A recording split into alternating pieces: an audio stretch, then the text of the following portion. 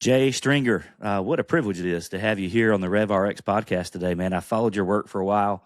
You have helped me, and I'm excited to bring you to my guest today. But thanks, Jay. Thanks for joining us today on the show. Chad, it's so good to be with you. Thank you for having me on.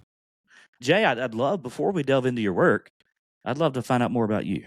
If you can just give us a little glimpse of maybe your story, give us a little introduction to yourself, help us to get to know you a little better. Sure.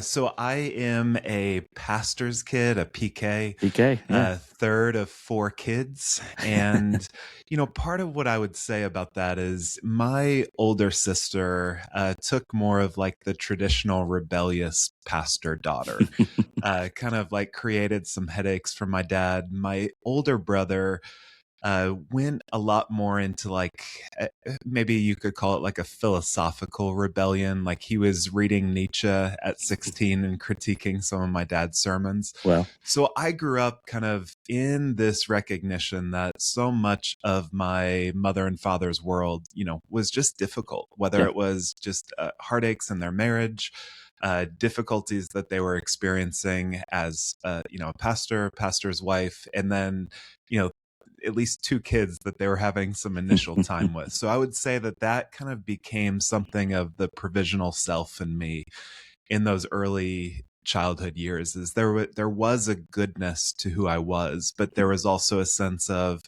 kind of just, if I take on this provisional self of being a good kid, a golden kid, then my life and my family tends to run a little bit better. So kind of followed a lot of that path until somewhere in the middle of college, where I just had, just my own existential crises of kind of having to confront myself. So went through a breakup.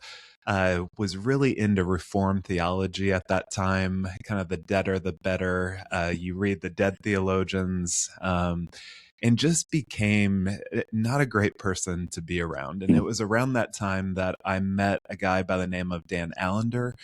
And he was kind of the first Christian that I felt like gave me permission to tell me the truth about life. That I think growing up in a Christian family, there was just this sense of, I can't really talk about the Friday and Saturday experiences like of Holy Week, where it's, crucifixion, trauma, heartache, hell. You can't talk about those things. But if you want to talk about something hard, it quickly needs to be followed with some dogmatic story of redemption or healing. Yeah.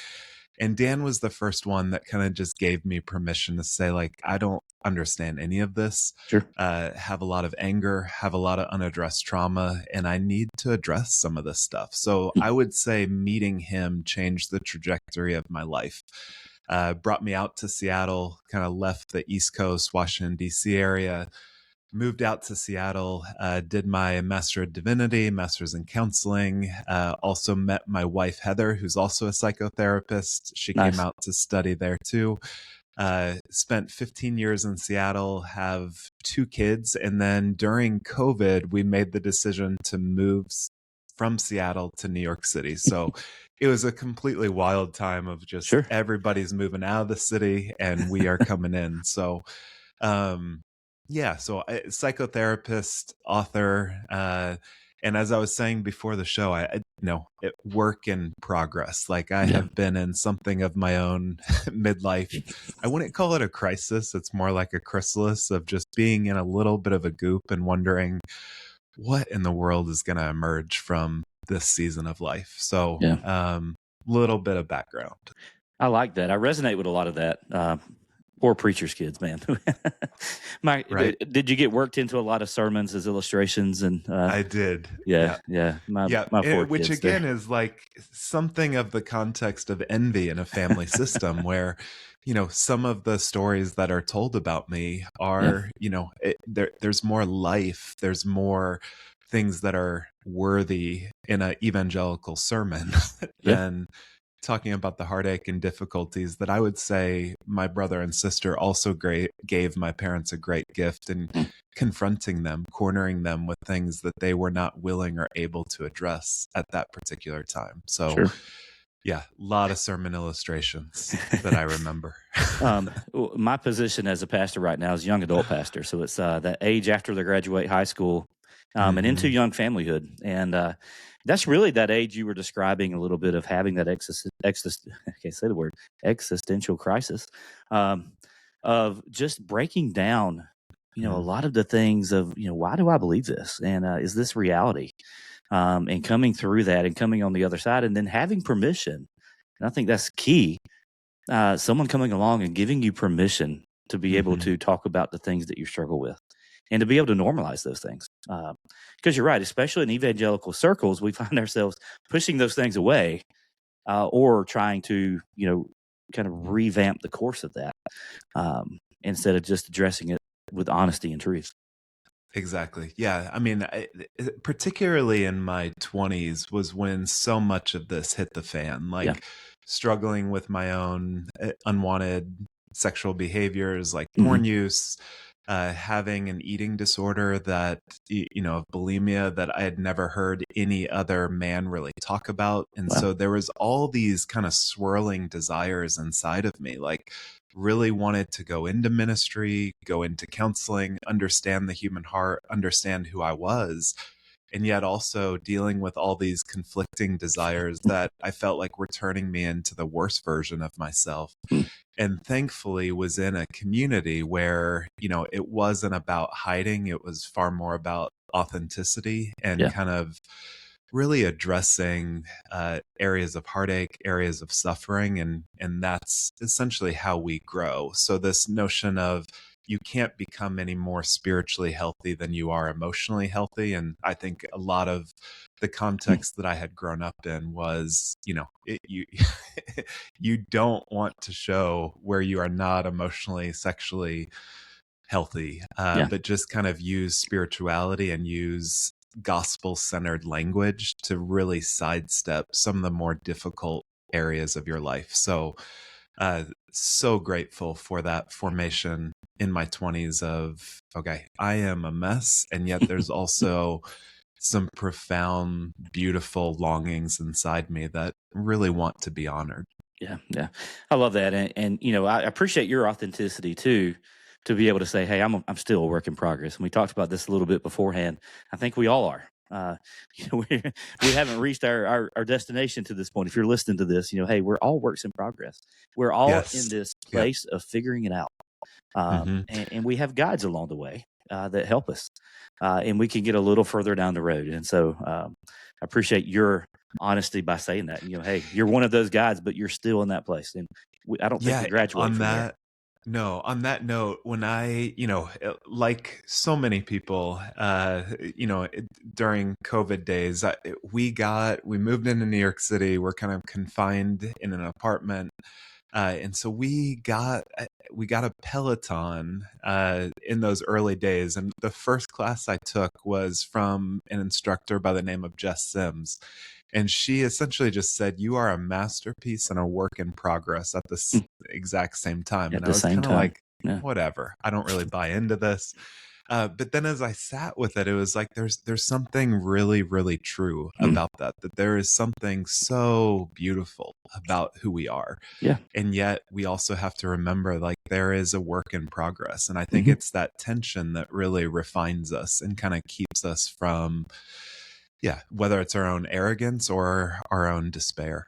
Yeah, and I think there's a thought pattern that goes along with that as well, that I've been able to identify in my life, and then I think also in some young adults. God doesn't just love some future version of you. Um, he loves you as who you are. And realizing that there is beauty in who you are right now. You may not be put together. Odds are you're not. none Hmm. none of us really are. You may not be where you want to be, but you don't have to reach that point. And realizing that we have worth as human beings exactly as we are, not Hmm. some future version of ourselves. And Exactly. and you mentioned desires, and I think that's a good launching place for us, because you've written a couple of really good books, um, that I have resonated with. I have found extremely helpful, and I can't wait to bring some of this to my audience. But one of them is Unwanted, and that is just we could have a whole nother conversation on that one. Um, Yeah, we. that addresses the elephant in the room for a lot of people, and it's overcoming these sexual desires. And and really getting to the root of them and really helping us see them for what they are. But then you follow that up with a recent book, and I've had the pleasure of reading through that recently, and it's called Desire. And I'd love for you to share with us a little bit about, you wrote Unwanted, and then from my understanding, you kind of this takes things a little deeper, it's a little broader in a sense. But there was a research team that you kind of tagged up with, and I'd love for you to share a little bit about the beginnings of the book, the origins of the book, what stirred inside you to push forward with this, and a little bit about that research, if you don't mind.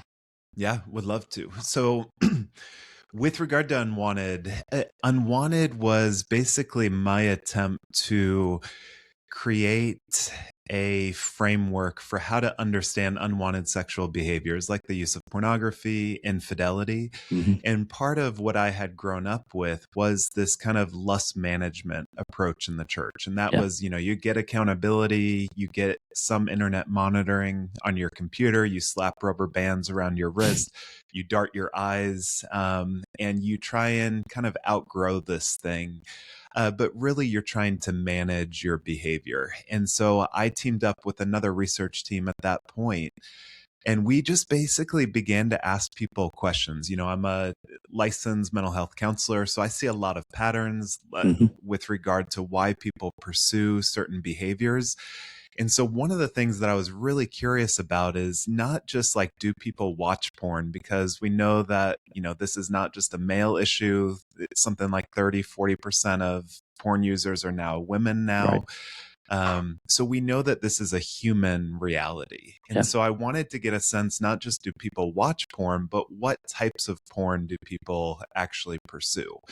And what we found is it was so fascinating. We could actually begin to predict what types of porn people would watch based on the unaddressed portions of their story.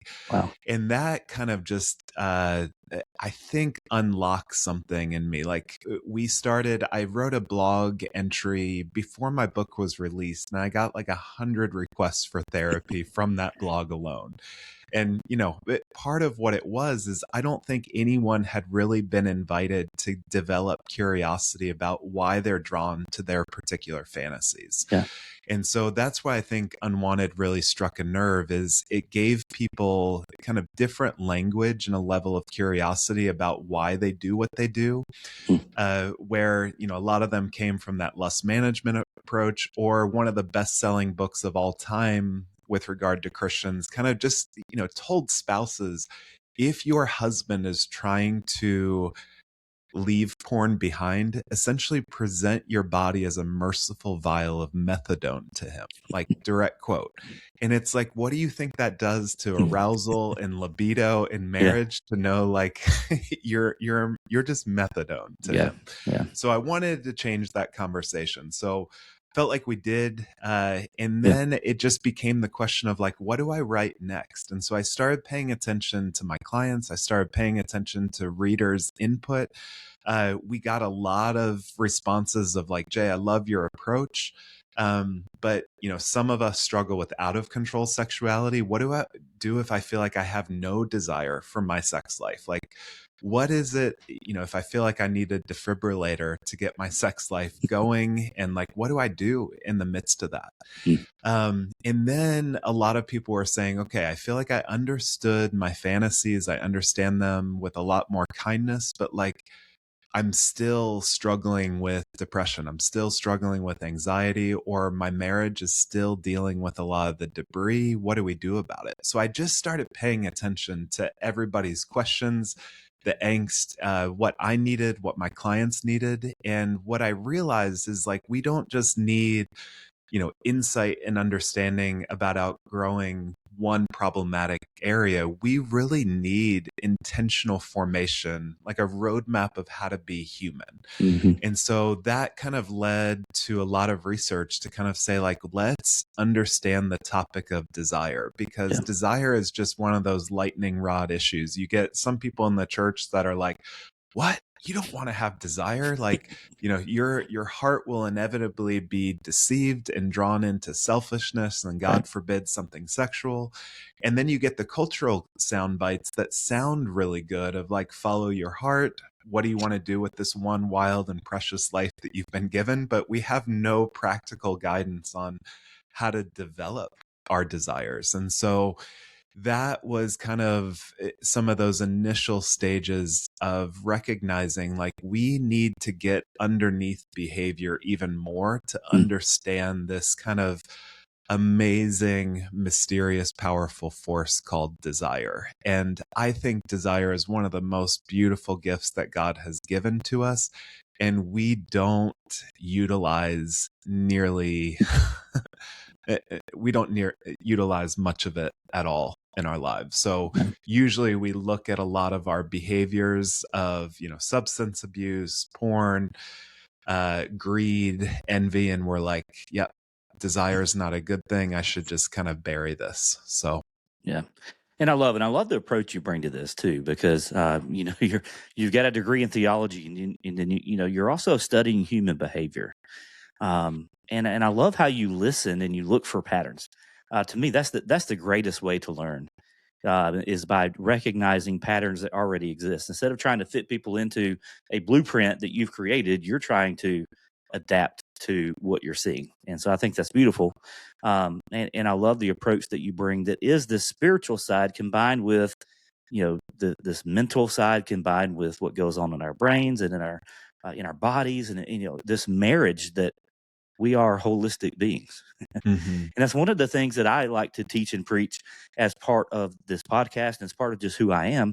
This is the marrying of Rev RX. So this is, I'm a pastor, I'm a pharmacist, and I have perspective that I didn't always have because of my training in both of those areas. That we are holistic human beings. Your spiritual health is not different than your emotional health. Is not different than your mental health. It's not different than your physical health. They all go together. We can't separate them like we try to so many times. Well Um, said. and and so the bringing together of all these desires, I think is something that's relatable to most people. In your Mhm. book, you describe this predicament, and it's one that I resonate very heavily with. And I'll share a little bit of that. But you say we live in this moment of unprecedented gratification. There are so many ways that we can meet some of those desires, quote unquote, in our world today. Yet, it seems like that, and I think a lot of the behavioral science proves this out, not only anecdotally, but with studies. People are more restless, lonely, and anxious and unfulfilled than ever. What a predicament we find ourselves in. Can you speak to that a little bit? Can you unpack that a little bit and help us to understand, okay, if we live in a world where so many things can meet our desires, why are we still finding ourselves unfulfilled and unsatisfied? Yeah, it's one of those questions that I think all of us need to ask ourselves, Yeah. which is, why do I desire what I desire? And oftentimes, you can kind of have the disillusionment of like, you get the goal that you've been trying to reach, and then you get it, and then you find out that like your desire shifts right away. Yeah. You get the partner that you want, you get the kid that you want, and it's a type of lust. It's a type of, uh, as Dan Allender would say, a desire gone mad to get married, to have kids, and then you want to get single, and then you want to get rid of your kids, or you can't wait for them to grow up. So our desires are always kind of shifting, Hmm. and in many ways are reading us. And so I remember kind of some of the early days of this project. I was listening to a book where the author was just talking about like, most people don't think much about like a desire for a nice green lawn. Hmm. And so he's like, do you know where that comes from? And essentially it goes back to like 17th and 18th century aristocrats, where they just had too much money and too many laborers. And they would turn these fields into nice green lawns. And so, so many of our desires are being primed into us from generations before. As I spoke about my provisional self and growing up in a pastor's family, my family of origin was priming my desires. And part of what we're learning from culture is that, there are billion-dollar industries that are designed to wake up your heart and your affections and your longings and open up your wallet. And so I think all of us need to have some healthy interrogation for our desire, because we're at a different stage in history. It used to be like very clear roles of like, this is the gender that earns the money. This is the one that's home with the kids. This is who changes the diaper. This is who does whatever task. And as those things begin to shift, we're left kind of wondering, like, who are we? What should I go after? What should I pursue? And a lot of times, what I experience in my own, clinical practice is that a lot of times people grow up in families that pathologize desire, kind of made it selfish. Like if they wanted their Legos, or if they really wanted something and they were kind of angry or threw a tantrum, their mother and father didn't discipline them, meaning teach them to understand their emotions. They just kind of pathologized and said, don't want. And so they came from this culture, this church of suppression.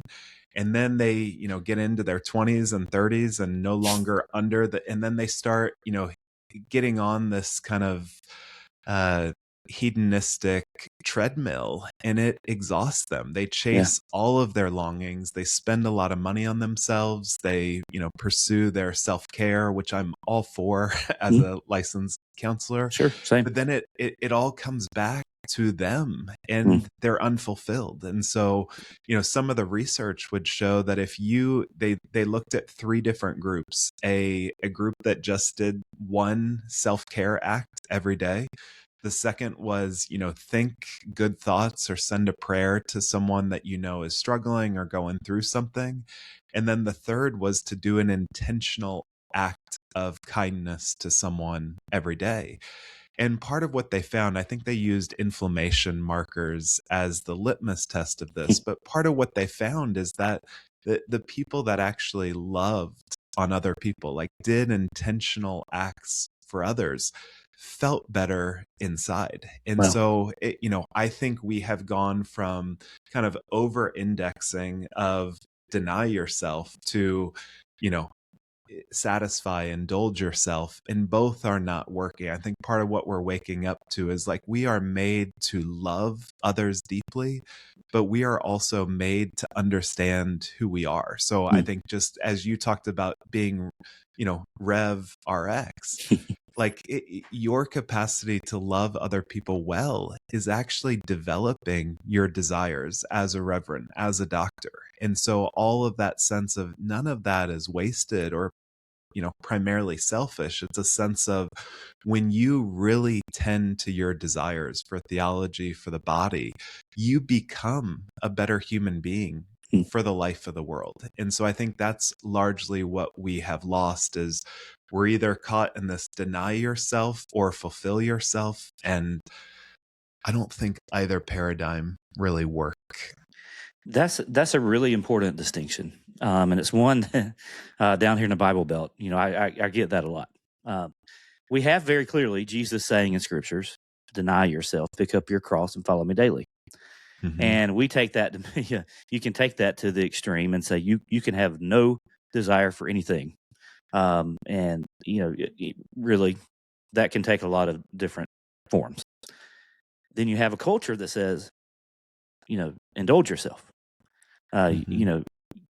YOLO, all of these things. You've got these competing desires. And where I find myself is in the middle.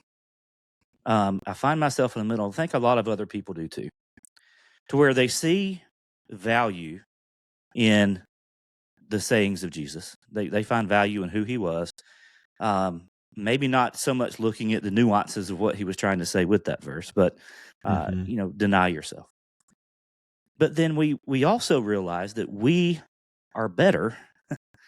We are better human beings if we take care of ourselves.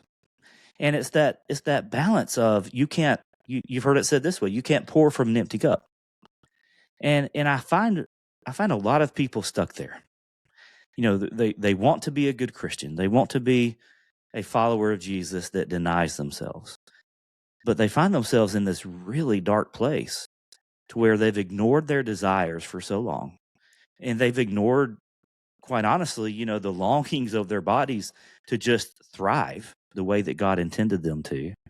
And there's this tension there. And so, can you speak to that place of tension between, okay, I hear you, Jesus, Yeah.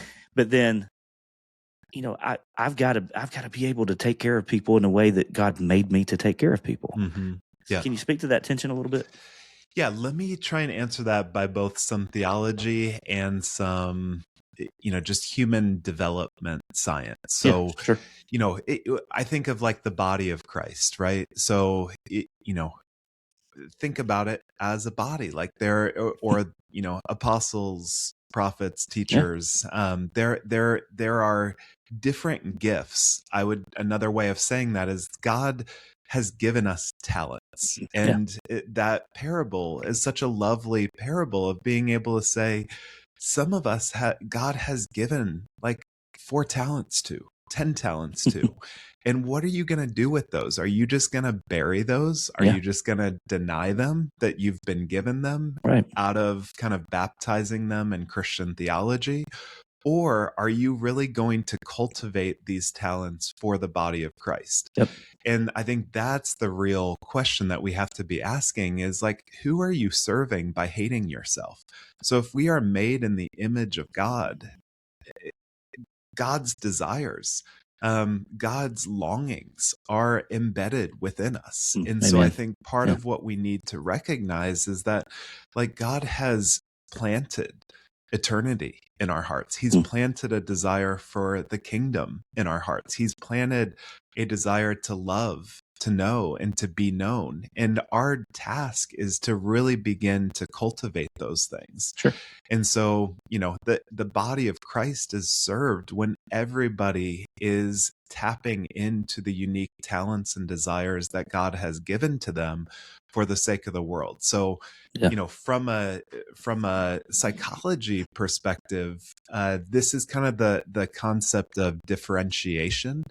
And so differentiation is taken from cell biology. And I know this is going to sound boring, but stay with me because I think it's fascinating. Oh, I'm eating this up. This is good stuff. But essentially, in order for a plant to grow, those cells have to differentiate or divide in order to support the organism's growth.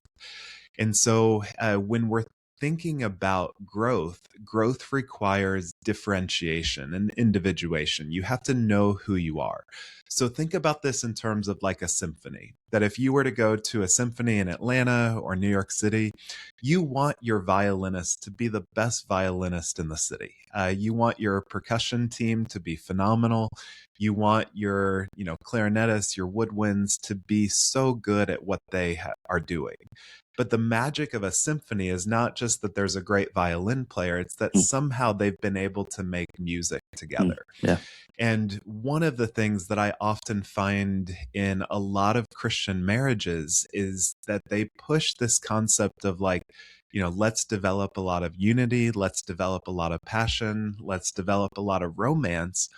But the problem is that you're coming into marriage very underdeveloped. And so what ends up happening is you reach the stage of marriage, and then you're like, wait a minute. I don't like my instrument. I don't like who you are. We're both underdeveloped. But then you start asking for the other person to see you, to validate you, to soothe you in ways that, your mom or your dad didn't, to see you, to engage you. And so I think part of what we're asking of marriage is a little bit unreasonable at this particular stage because we haven't really invited people to differentiate, to know who they are, to know how to self-soothe, to know like how to like and enjoy themselves.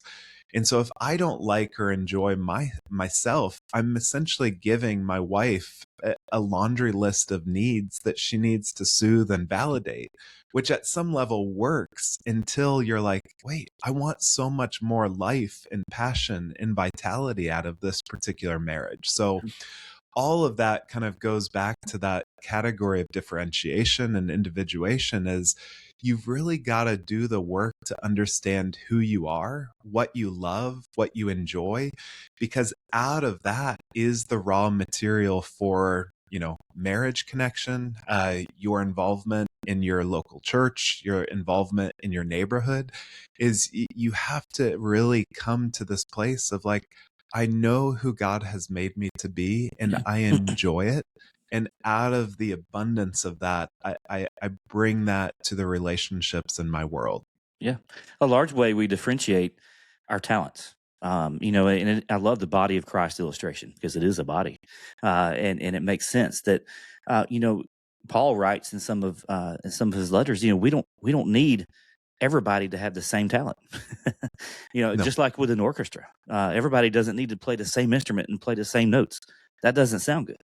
And so realizing that the desires that God gave you lead you towards what your talents and what your abilities are. And so, not shutting down those desires, but realizing that God gave you desires. What are those God given desires? And sitting with that and asking yourself these questions. I think largely as a culture, we are very results oriented. We don't like the process, but the process is important. Now, we can't skip that part. We can't skip those essential questions of who am I? Who did God make me to be?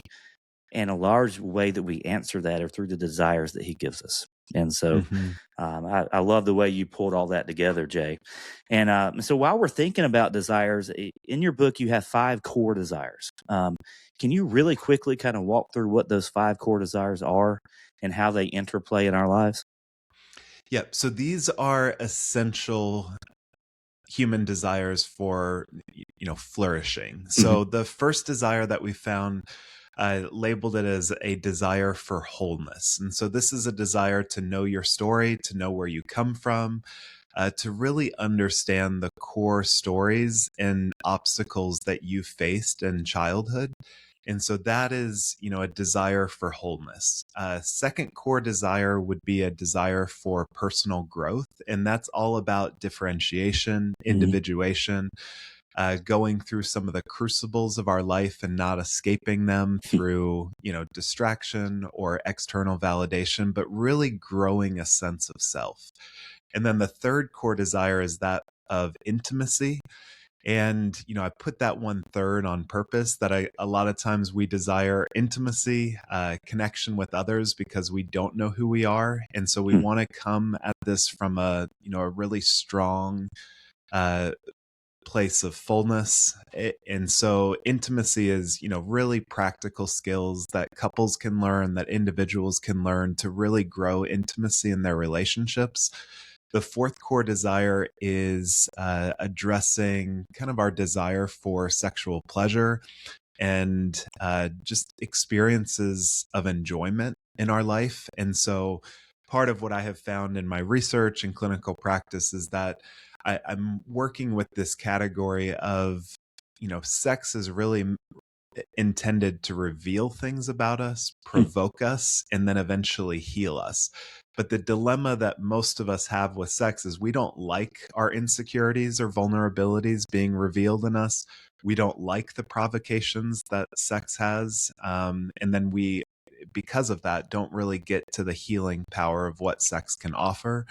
And then the final core desire is that of meaning and purpose in our life. And that's what we found is that, these desires are not a la carte menu options that you get to pick or choose. You have to choose all 5 of them, Yeah. because part of what happens is some people are like, okay, I have trauma. I need to desire my own healing. And then you read The Body Keeps the Score, you get into counseling, pastoral counseling, and then you like care about your story, but you still have no idea how to do intimacy with Yeah. someone else. Right. And Right. or another time is you're like, pursuing meaning and purpose in your ministry, your career, and you are just crushing your career, or you've become something of a Joan of Arc in your field, and yet your marriage is imploding, or you're chasing after this kind of hustle culture, trying to reach achievement, trying to earn X amount of money a year, and you have never developed the desire to understand where did that desire for achievement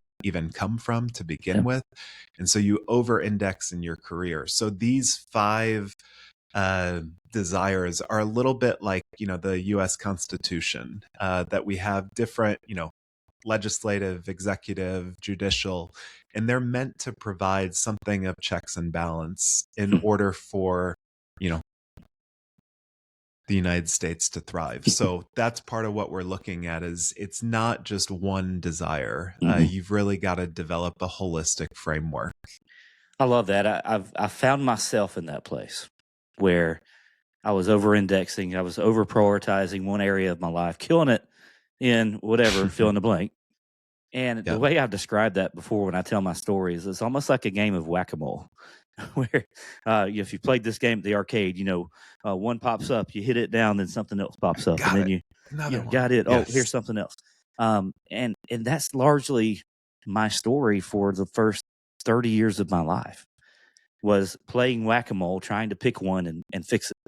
And I would fix it, and then I would pick another one, and it's all together, guys.